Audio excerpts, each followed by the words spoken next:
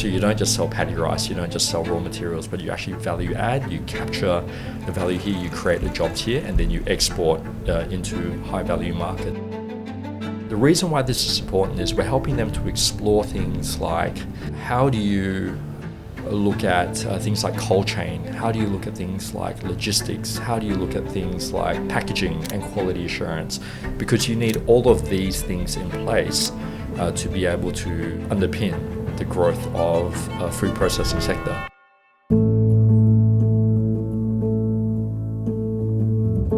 Cambodia produces world-class raw agricultural goods, yet millions in processing profits slip away to neighboring countries.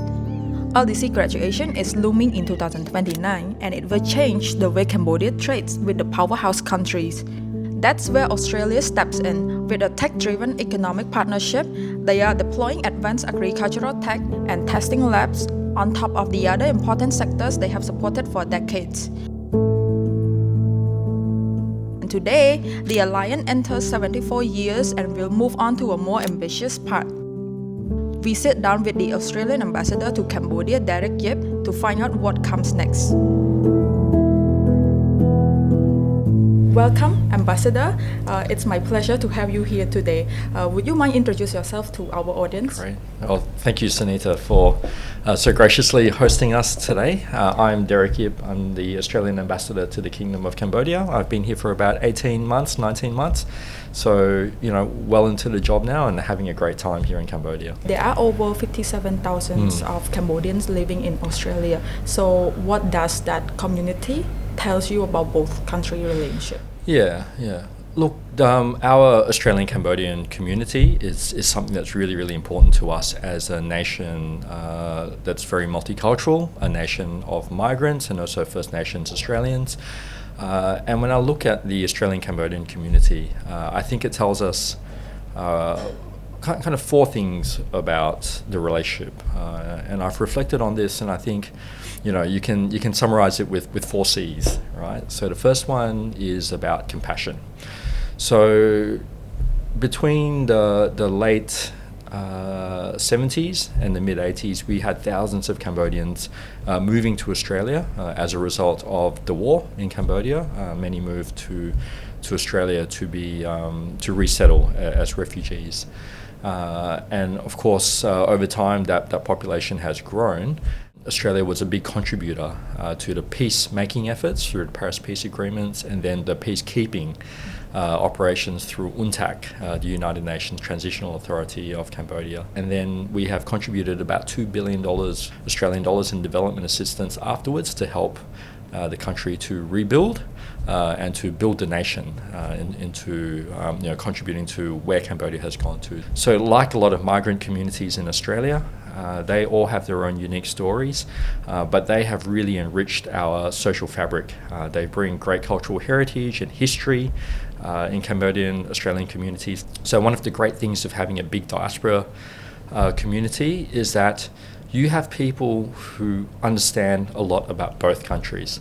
So whether it's in trade or investment or research or any other kind of innovation collaboration, Australians of Cambodian heritage, but also Australians who live here now in Cambodia, really form the basis for some of these great connections that we can make that will lead to cooperation and collaboration. Thank you so much, Ambassador, for your very detailed answers. And now for the next question for our business community.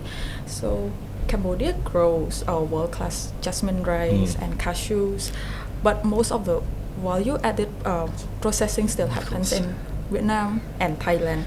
So is Australia agriculture support fixing that or helping Cambodia grow more raw materials for someone else to process? So yes, absolutely, Australia is helping. We are working with not just agricultural producers in the rice sector, we are also working with mango processors, cashew processors, pepper processors, in lots of different ways. One particular area that we're working on is whether or not we can help build a framework for things like agro-processing industrial parks or agri-foods parks, whether they're focused on specific, rice or mango. The reason why this is important is we're helping them to explore things like how do you look at things like cold chain? How do you look at things like logistics? How do you look at things like packaging and quality assurance? Because you need all of these things in place to be able to underpin the growth of food processing sector.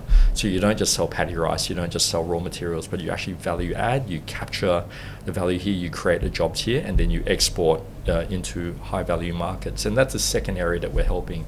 We have been working with a lot of Cambodian companies to help them to connect to high value export markets like Australia, like the EU, like the US.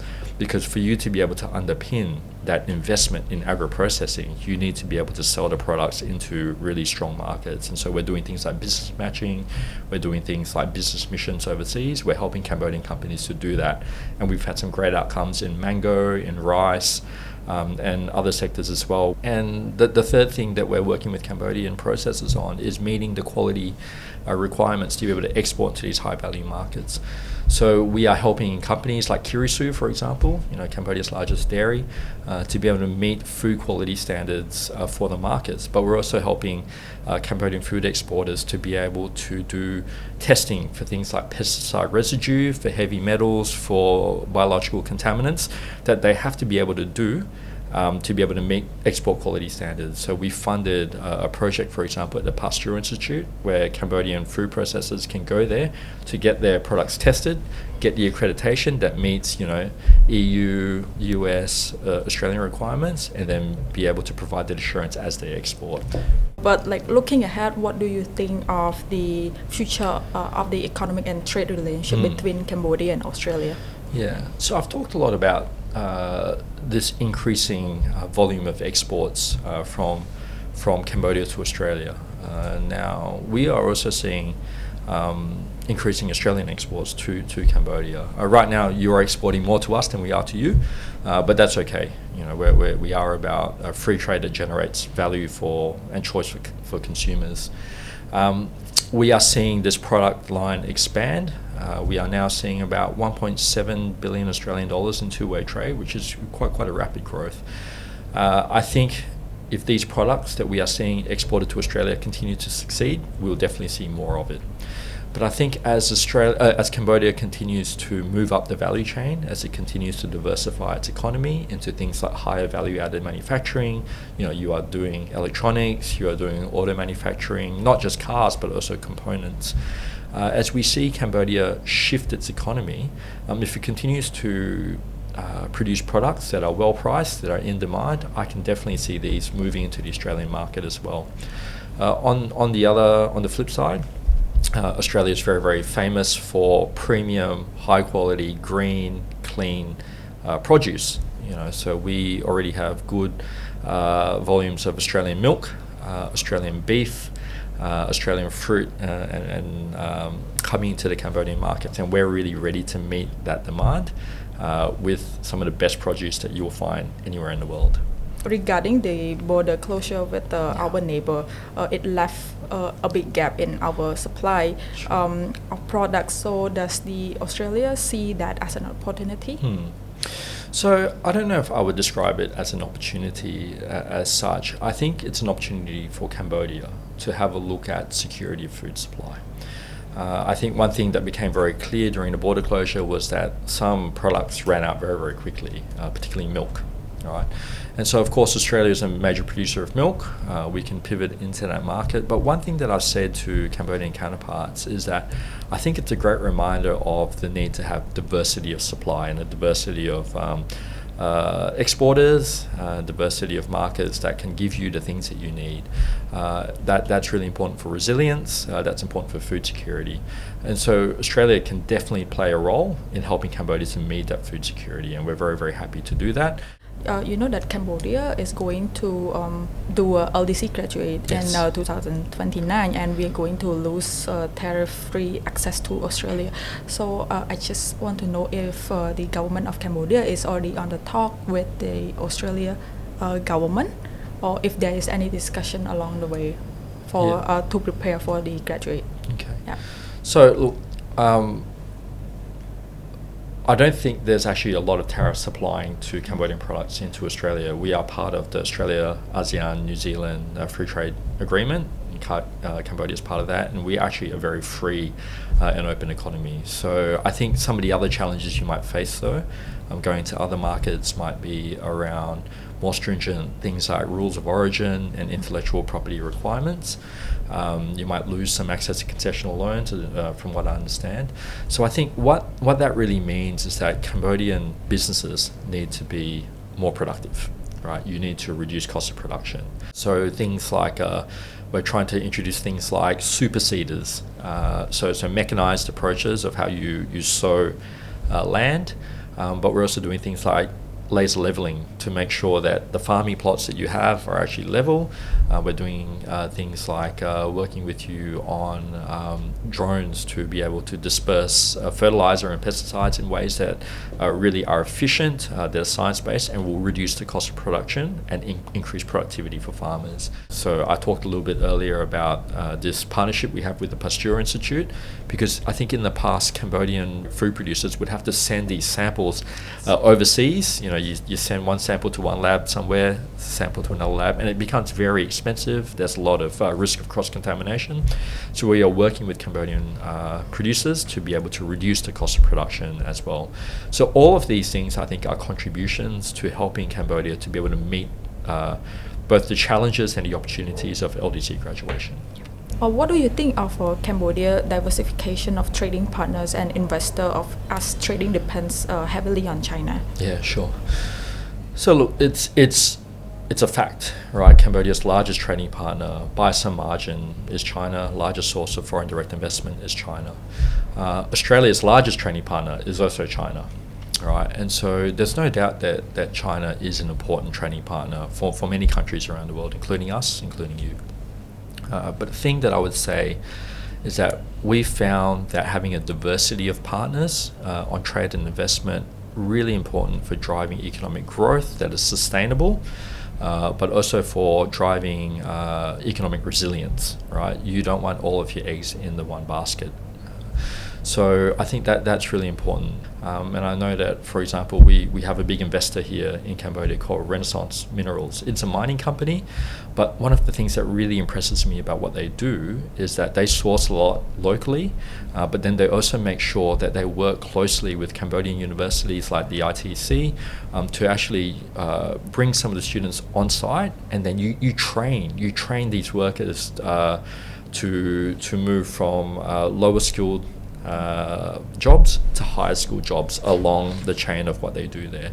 So do investors bring this kind of skill and capability creation to Cambodia? So I think as you look to diversify, look at your trading partners, look at your investors, and see what is it that generates great value for Cambodia. Are they paying a lot of tax? Then to be able to help underpin basic services like health and education, all of these things will be very important for the future growth of Cambodia. So what do you think would be like the biggest difference in our relationship in the next 5 years? Yeah. Maybe your future outlook on that? Sure. So I said earlier, a lot of the collaboration has happened in some specific areas. We've been we've had formal bilateral ties for close to 74 years now. Next year we will celebrate 75 years. So now we have seen a lot of increased collaboration in defence and security. That's something that's very important for both countries as well. But we're also seeing a lot of increases in trade. We talked about trade growing rapidly to around 1.7 billion Australian dollars, and that continues to grow. We're seeing investment grow as well. We're seeing more collaboration now on education, for example. In the past, we've had lots of Cambodian students come to Australia to study, but now we're seeing a lot more Australian institutions establishing in Cambodia to offer things like foundation year programs and joint degree programs, and also technical and vocational training. So we see a lot of great opportunity there to deepen that educational relationship beyond just having students come to Australia. So I think there's lots of prospects, there's lots of ambition, a lot of goodwill based on a really strong and steadfast history of collaboration. Thank you, Ambassador. And this is the last questions. Yeah. Like you've been here since 2024, right? So what was your first impression, and Yeah. what genuinely changed your perspective in Cambodia? If you are able to give short answers. Sure. Yeah. But I think very quickly, what became very evident to me was the dynamism, the youth, the ambition of Cambodia. It's a rapidly growing country. You have this big youth bulge and very ambitious, young, trainable Cambodians who have a great perspective on the world and a real outward focus. So I think the promise of Cambodia became really, really evident. And the other thing that was really, really evident was actually just the warmth, the generosity and the graciousness of Cambodian people. And that really goes to show actually the deep affinity that Australians do have for this country. Okay, so now it comes to an end of our podcast. Thank you so much, Ambassador. 74 years in and many more to build. And thank you, Ambassador, again for your insightful answers. I'm sure our audience is as excited as we are about what is coming next between the relationship of Cambodia and Australia. So thank you everyone for tuning in. See you in the next episode.